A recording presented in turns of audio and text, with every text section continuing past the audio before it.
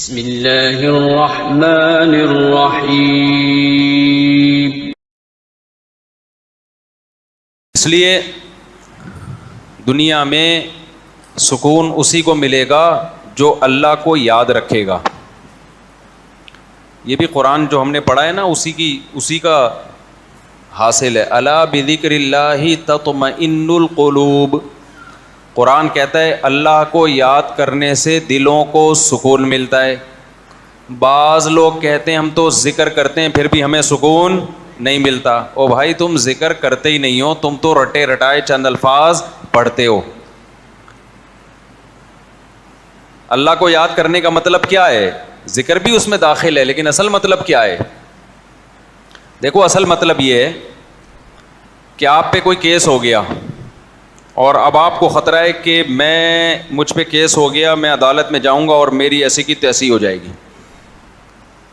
جب آپ کو عدالت کے کٹہرے میں لے کے جا رہے ہوں، آپ خوشی میں ہوگے ٹینشن میں ہوگے؟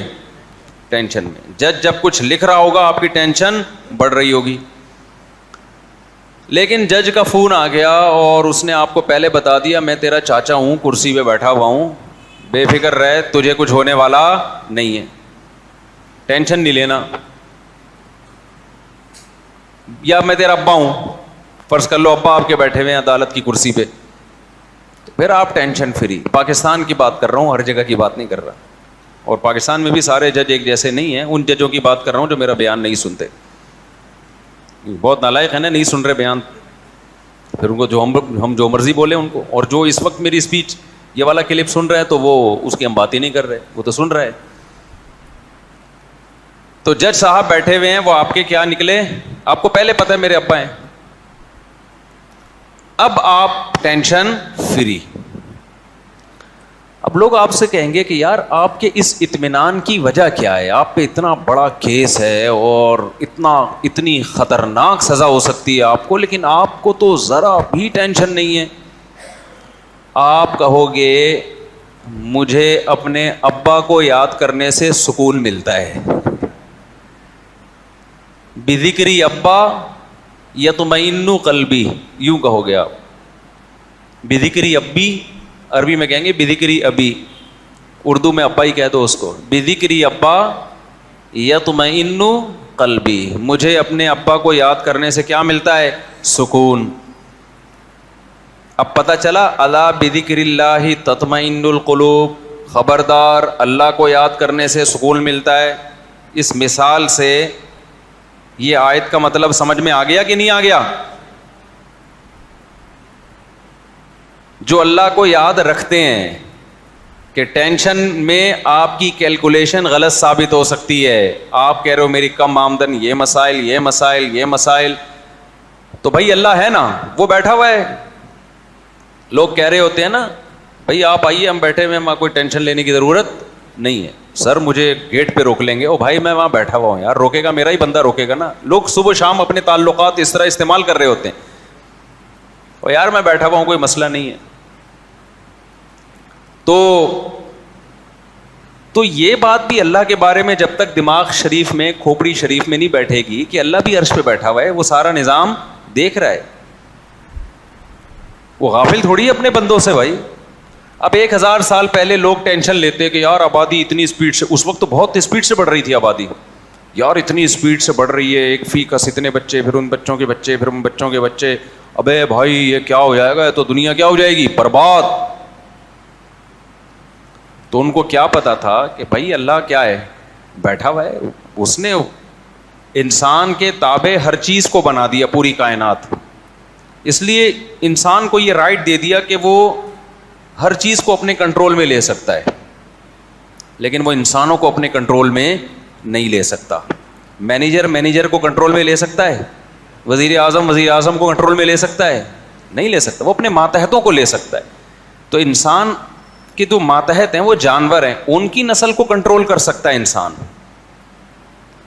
کتے کراچی میں بہت زیادہ ہو گئے ہیں، کچھ دن پہلے 6 کتوں نے ایک انکل پہ حملہ کیا ہے فجر کی نماز کے بعد، زخمی کر دیا ان کو۔ ہم چیخ کے تھک گئے، گورنمنٹ نوٹس لے، ان کتوں کی نسل کو کم کیا جائے، نہیں کر رہے۔